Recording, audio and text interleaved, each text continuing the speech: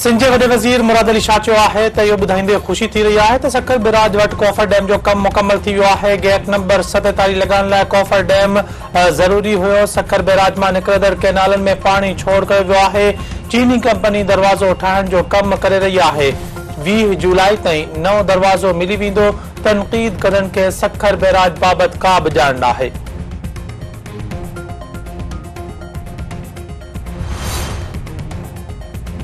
Sukkur barrage जे 47 दरवाज़े ते आरज़ी बंद बदन जो कम लगभग मुकम्मल। आपाशी ज़रिए जो चवण आहे त अॼु कंहिं बि वक़्तु अप स्ट्रीम खे भरण लाइ सक्खर बैराज जे दरवाज़नि खे बंद करण जो सिलसिलो शुरू थी सघे थो। सभु कुझु ठीकु रहियो त आरज़ी गेट खे बैराज ताईं पहुचाइण लाइ कमु शुरू कयो वेंदो।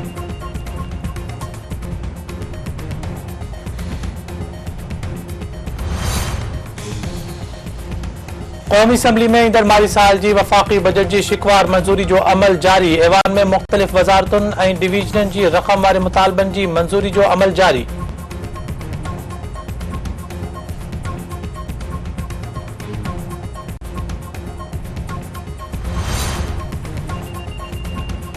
हुकूमत मुखालिफ़ दौरे पीपल्स पार्टी में मामला तय थी विया। क़ौमी असम्बली जी स्टैंडिंग कमेटियुनि जे चेयरमैननि जी चूंड शुरू। पीपल्स पार्टी जो सैयद नवीद कंवर नाणे ऐं रेवेन्यू कमेटी जो इत्तिफ़ाक़ राय सां चेयरमैन चूंडिजी वियो। नफ़ीसा शाह नवीद कंवर जो नालो तजवीज़ कयो। बिलाल अज़हर कियानी हिमायत कई। एजाज़ हुसैन जकरानी मवासिलात बाबति स्टैंडिंग कमेटी जो चेयरमैन चूंडिजी वियो। अब्दुल क़ादिर पटेल सामुंडी मामलनि बाबति कमेटी जो इत्तिफ़ाक़ राय सां चेयरमैन थी वियो। सूबाई घरू वज़ीर ज़ियाउल हसन लंजार चयो आहे त सिंध में अमन अमान बाबति को बि ठाह न कयो वेंदो। सदर आसिफ अली ज़रदारी अमन अमान बाबति 2 इजलास कया जिन में समूरा स्टेक होल्डर मौजूद हुआ। पीपल्स पार्टी हुकूमत ठहण बाद वॾे वज़ीर तरजीहूं ॿुधायूं जंहिंमें अमन अमान पहिरीं आहे।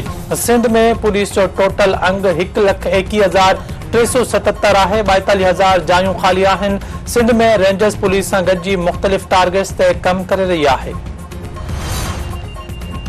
बलूचिस्तान मां टीटीपी जे दिफ़ाई शुरा जो सरबराह नसरुल्लाह महसूद उर्फ मौलवी मंसूर गिरफ़्तार। जांच दौरान टीटीपी अफ़गान तालिबान भारतीय गुजी एजेंसी राह ऐं BLA बाबति अहम इंकिशाफ। बलूचिस्तान जे घरू वज़ीर ज़िया लांगो जो चवण आहे त दहशतगर्द कार्रवाइनि पुठियां भारत जो हथ आहे। भारत दहशतगर्दनि जी माली मदद कंदो आहे। नौजवान दुश्मन जे इरादनि खे सुञाणण संदन ॻाल्हियुनि में न अचनि। गुमराह माण्हू पंहिंजे मुल्क सूबे ऐं माण्हुनि खे नुक़सान पहुचाए रहिया आहिनि।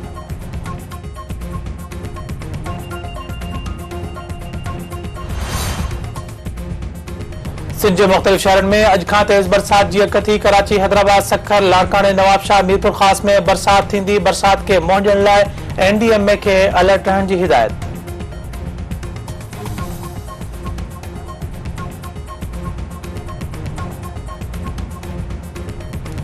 सिंध हुकूमत कराची में 77 हीट वेव मरकज़ ऐं कैंपूं क़ाइमु करे छॾियूं। ॾखिण ज़िले में 11, ओभर में 18, ओलह में 6 ऐं सेंट्रल ज़िले में 12 मरकज़ क़ाइमु।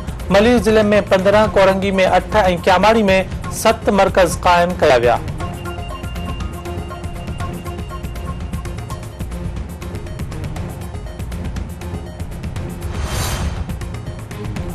मीरपुर माथली जी अदालत में शहीद सहाफ़ी नसरुल्लाह गडानी क़त्ल केस जी ॿुधणी। पुलिस गिरफ़्तार जवाबदार असगर लुंड खे पेश कयो। केस जे शाहिद याक़ूब गडानी 164 जो बयान रिकॉर्ड कराए छॾियो। याक़ूब गडानी जो चवण आहे त 11 मई में ख़ालिद लुंड ऐं संदसि पुट मोटरसाइकिल रोके नसरुल्लाह खे क़त्ल करण जूं धमकियूं ॾिनियूं। 21 मई ते असगर ऐं बरकत लुंड नसरुल्लाह खे इहो चई फायरिंग कई त ख़ालिद लुंड ऐं संदसि पुटनि ख़िलाफ़ बकवास कंदो रही थो।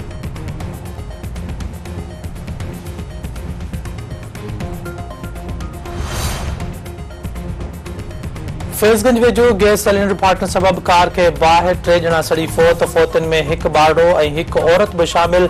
मर्द अस्पताल मुंतक़िल।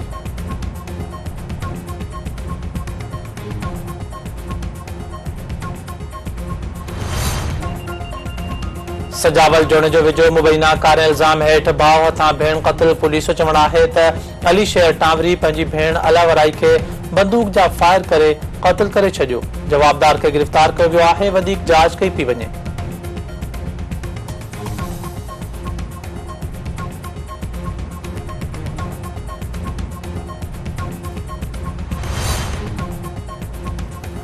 उडेरोलाल वेझो अगवा थियल नरेश कुमार की बाजियाबी लाइ भाऊ खान पठान में हड़ताल मुख़्तलिफ़ सियासी समाजी ऐं क़ौम परस्त तंज़ीमुनि जे सॾ ते एहतजाजी मुज़ाहिरो ऐं धरणो। अॻवाननि जो चवणु आहे त वापारी नरेश कुमार खे जल्द बाजियाब कराए बेचैनी ख़त्म कई वञे।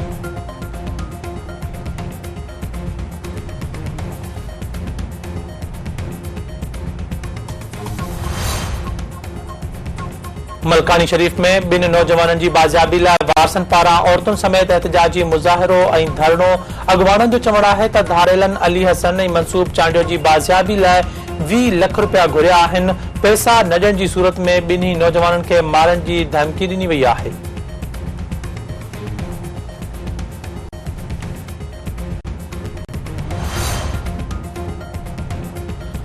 दोदापुर में बदमनी ऐं खीरथर पत्थर मोड़ वट फुरवा के खिलाफ एहतजाजी मुज़ाहिरो ऐं धरणो। अॻवाननि जो चवणु आहे त हथियारबंद हथियारनि जे ज़ोर ते गुलबेग ऐं साइद बिरोही खां 2 मोटरसाइकिलूं ऐं ॿियो सामान फुर करे विया। बदमनी ते ज़ाब्तो आणे फुर थियल गाॾियूं ऐं सामान वापसि करायो वञे।